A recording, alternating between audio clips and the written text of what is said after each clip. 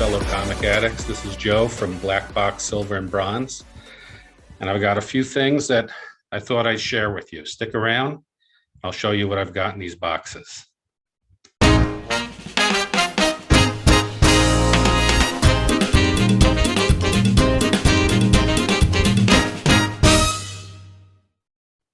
Okay, let's see what I got. So the first thing I got was this Funko Pop. It's Carnage from Venom, Let There Be Carnage movie. And I have a small collection of, or small display of Funko Pops, Spider-Man and his villains. So I like to try to get the more comic accurate ones.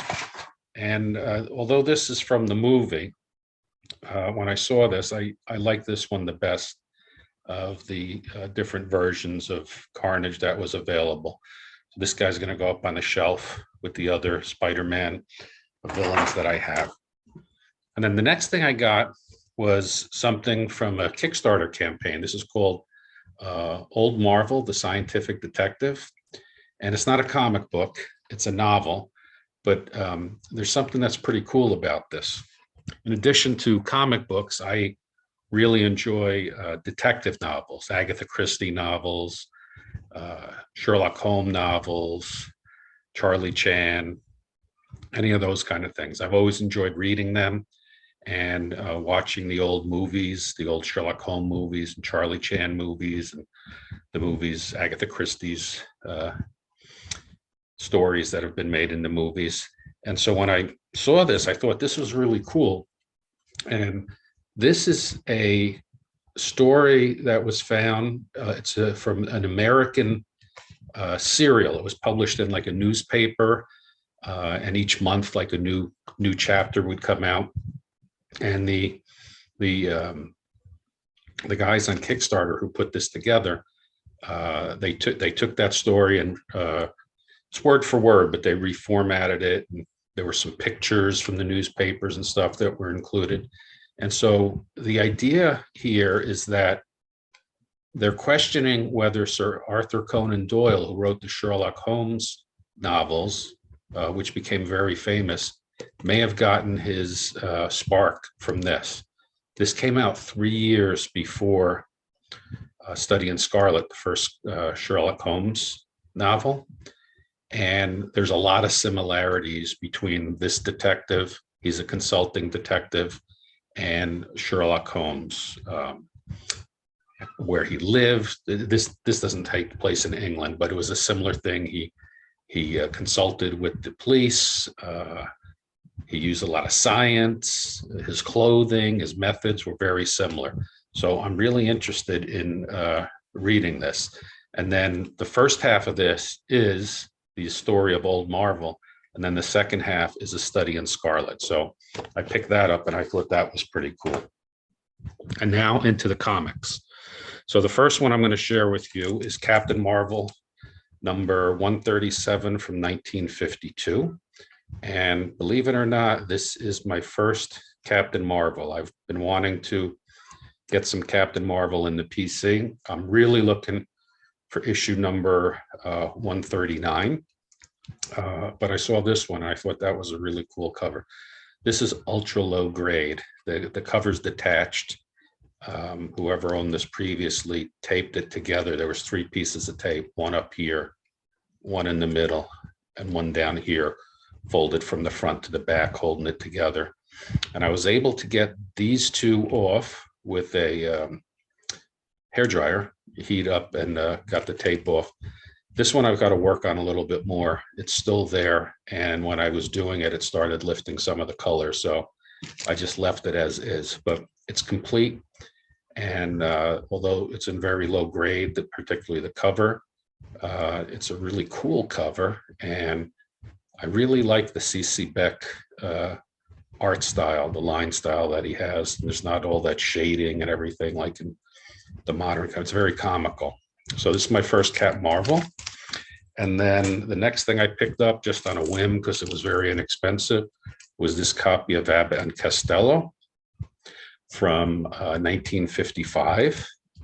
It's by a company called Pines. And this is issue number 33. And I just thought that I liked the art on the cover. I thought it was really crazy, and picked that one up on a whim.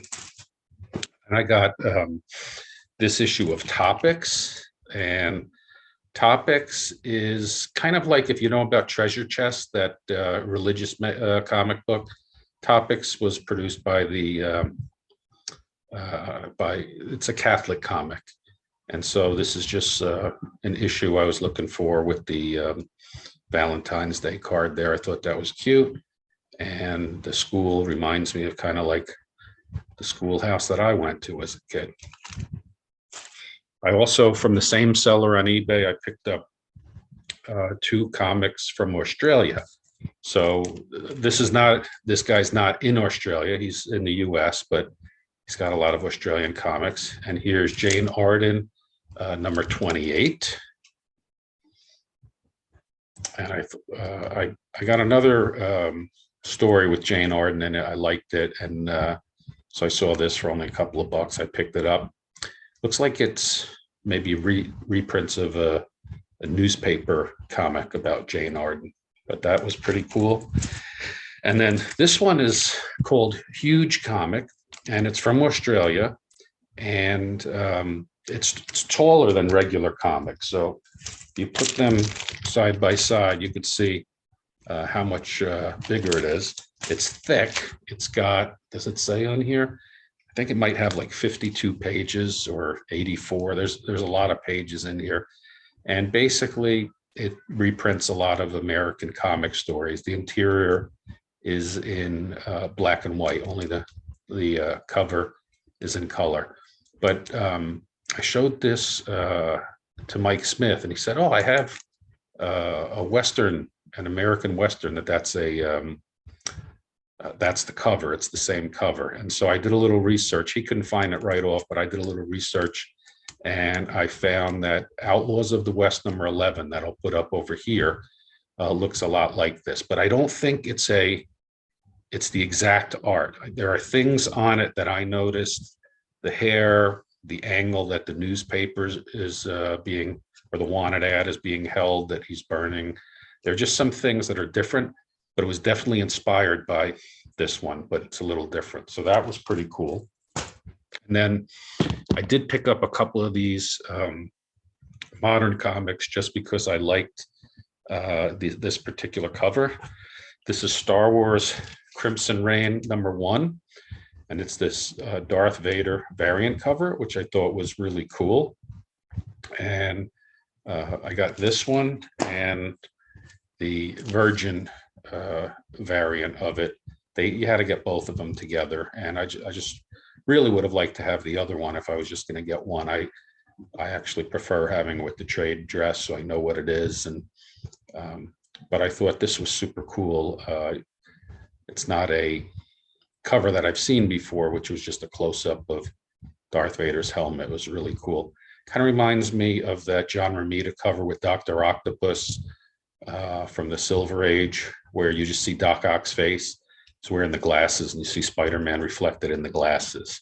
And in here, there's some other characters reflected in the lenses of his helmet. The next stack of comics I got from a seller called Worldwide Comics. You can find them online. They have a lot of comics that you don't see other places. I always check them every couple of months just to see what's new. And they also run some sales, so you could get some stuff at for pretty good prices. So first one I got from them is this issue of Fighting Navy. It's Fighting Navy number 75. And this is the second, even though it's number 75, it's the second issue of Fighting Navy. Fighting Navy started with issue 74. And it continued from something else. I know a lot of times, back in the 50s and 60s, they would have a comic and they just change the number, change the name, but keep continuing the number. So that's what Charlton did with Fighting Navy. I don't recall what it was before. I should know, but I don't. And as a retired naval officer, I love the Navy comics. I love the history and the battles that are in there.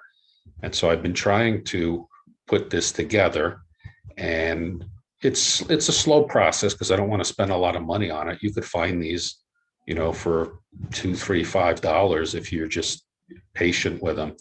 So Fighting Navy ran from number 74 to 133, and I now have 17 more of these to find. But I picked that one up, and also from the same seller was this. This is Daisy Lowe of the Girl Scouts, and this is the story of Juliet Gordon Lowe, the founder of the Girl Scouts. And my boys were Cub Scouts and Boy Scouts, and my daughter was in Girl Scouts. So I enjoy finding and reading these comics about the scouting. And this one, I put in one of those clear backer boards so I could also enjoy that art on the back cover. And I never heard of this before. I just stumbled upon it. It was on sale on their website, and so I snagged it. Another one I got from them was one that I've actually been looking for and have been having a hard time finding it. I recently saw one on my comic shop, but before I could buy it, someone else bought it. I was trying to put it in my cart, and somebody else bought it, but it turned out good because I got a much better deal on this. And this is Mysterious Suspense, number 1 from October of 1968. This is beautiful Ditko cover, and it's bringing the question back. So I really have wanted that one for a while, and been looking for it, and almost had it. And now I finally do have a nice copy. It's a very nice copy, and I got a good deal on that one. And then I threw another one in my cart. It was also selling for not too much. And this is Manhunt number 8 from May of 1948. And it looks great. It presents really well. The back cover is missing, a big chunk like this, like almost half the back cover, a third of the back cover triangle over here is out, but everything else is there, and it looks great. And it's pretty cool because this is by Magazine Enterprises in 1948, and they reused this cover on a Western, Great Western number 8 in 1953, which I also have. I'll put a picture of it over here.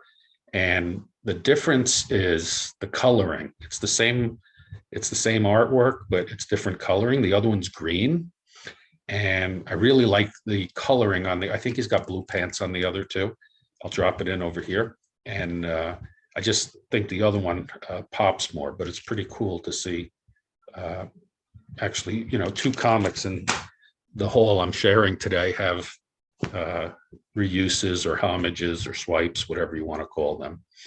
And then another one I got from the same place, which I'm really excited about, is this one, Ghost Rider number 10. This is now the 4th issue of Magazine Enterprises Ghost Rider that I have.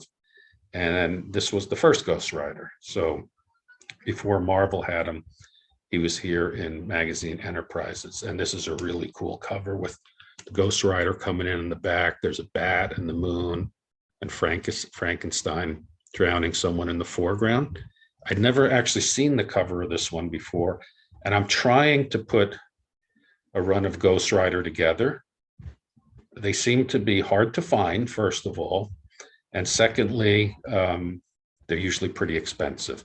So I'm biding my time and waiting until, I find the ones that are affordable to me. So this one has, like here, you could see one of the staples had rusted out, and, some of the paper's gone there. But other than that, it's really quite nice. So now I have issues 1, 3, 6, and 10. And I really like this one a lot. I'm really excited that I found a copy of issue 1 that I could afford. And the copy of issue 3 is a beautiful Frank Frazetta cover. And I also got it has a signature inside. I didn't get it signed, but it has Dick Ayer's signature on the bottom of the first page. And the last one I got from this same seller was an issue of Baffling Mysteries. This is now my third issue that I own. This is number 10. And the Baffling Mysteries just have some really great stories and great artwork on them. The first one I got, which is my favorite one, is it's like a swamp monster or a creature from the lagoon kind of thing, carrying the water out of the lady out of the swamp water. And then this is the second one I got, and I have a third issue on the way, Baffling Mysteries. Of course, there's going to be train covers in my hauls. Here is Justice Traps the Guilty, number 36. And I'd like to give a shout out. Somebody recommended this to me, and I can't remember exactly who. I know Steve Caldwell, Mike Smith, Kevin Taylor, you've been pointing some of these out to me, and I'm sorry that I don't remember exactly who pointed this one out to me. Or it might have even been Rick on Instagram. But this was one I hadn't seen before. And it's a different type of train cover that I haven't seen. There's the gangsters are stealing from the train right there. Recently, I just saw a video on the news about, it's funny because this has got to be from the 50s, and hijacking a train. And recently I just saw on the news that some of the trains in Los Angeles are getting robbed. And they had this video of just all along the train tracks, just like boxes and papers from all the stuff that they stole off the train. So pertinent even today. Okay, now the next couple of things I got from two of my local comic shops. And last weekend, I went to both comic shops. They're pretty close to each other, just a couple of miles apart. And I hit one up, then the other. And so the first thing I got was something that I don't usually get, which is hardcover books. But this is called Batman Digital Justice. It's a book, a hardcover graphic novel. And I was at my one comic shop. They have this back room where they have a lot of back issue comics. They got a lot of boxes of dollar comics back there. And then they have probably about 8 or 10 long boxes of like trade paperbacks and graphic novels and things like that. And this was laying on top, and I got a really good deal on it. The listing price was $24.95, but I got it for less than $5. And I thought it was really cool. And so this is by a Spanish artist named Pepe Moreno. There he is. And this was made in 1990. And he was on the cutting edge of technology. So he was using the Apple computer. I think it was called a Mac II. And this entire book was created digitally. So there's no hand-drawn art. Everything was done through computers and computer programs. And at the time, it was cutting edge and ahead of his time. And so the story takes place in the future. It's like a digital age, and the themes of the story and the backgrounds, the scenery, it reminds me a lot of like, this is like it's Judge Dredd, Blade Runner, Matrix, Tron, all that kind of stuff is in here. And it takes place in the future, and Batman is long gone, and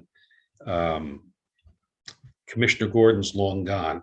But this is about Commissioner Gordon's grandson. He's a sergeant on the police force, and everything is like computerized and digital. And there's a virus that is basically controlling things.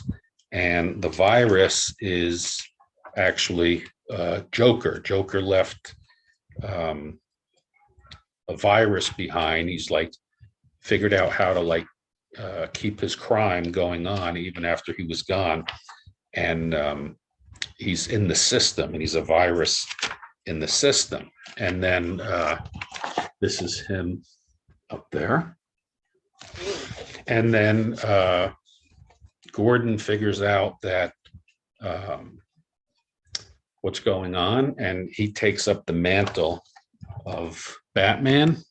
And then the skater dude takes up the mantle of Robin, and they try to figure out how to how to overcome this computer virus. It's pretty interesting. And the artwork is, at its time in 1990, it was like, would blow you away. It was all this computerized art. It's nothing compared to what can be done today, but it kind of reminds me of the video games I used to play, like in the very late 80s and to the early 90s, like Tomb Raider and Star Wars Dark Forces, Doom, Castle Wolfenstein. It kind of has that kind of computerized look to it. It was pretty interesting. And then the other thing I got from that shop was I picked up a copy of Charlton Scary Tales for $1. And I like the Charlton horror suspense comics. I've got quite a few of them. I pick them up whenever I could find them for $1 or $2 if I don't have them. A lot of them have Steve Ditko art on it. This one does not, but they're pretty good. I mean, they're nothing compared to the pre-code, but it's kind of, in my mind, it's the next best thing. And you can find them. They're very prolific, and they're not that expensive most of the time. And then from the second shop, I picked up 2 comics. I got a copy of Doctor Strange #7. This was only a couple of bucks, maybe $4.50, something like that. It's in really nice shape. And I pick up this Doctor Strange run whenever I can, whenever I find them for good prices. Although now, with the movie about to come out, this run is eating up. A lot of the issues in this run are like hotkeys now. Everyone's specking on them. I hate when that happens, but I did find that one. And then Vengeance of Vampirilla #1. And this is pretty cool because this is the first printing, and it's like a shiny foil cover. All where the red is, it's all shiny foil. And it's also a wraparound cover. It's pretty cool. And the different printings and different incentives had different colors. So this is the main cover, the first printing. I have another issue that it's kind of like a green, like an aqua blue green kind of, instead of where the red is. And there's all different colors. So I'm keeping my eyes out for those. If I could find them, on the cheap, I'm gonna try to collect those. They're fun.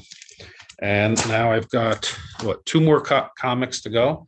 Both of these were pointed out to me by Mike Smith. And so the first one was this Exciting War #8, and it says Blazing Korean Battle Action. And the GIs are driving a bulldozer right into the North Korean communists. And it's pretty crazy cover there. And what's really interesting, I have a few war comics from, the anti-communist time with the Korean War. And they're always wearing these outfits, these puffy outfits and the Red Star kind of winter hats. And the last one is another train cover for my collection, Sparkling Stars #28. Pretty nice condition and a really neat cover there, Sparkling Stars #28. So that's it, my friends. Thank you for sticking around. I hope you enjoyed seeing some of those comics, and I'll see you next time. Bye-bye.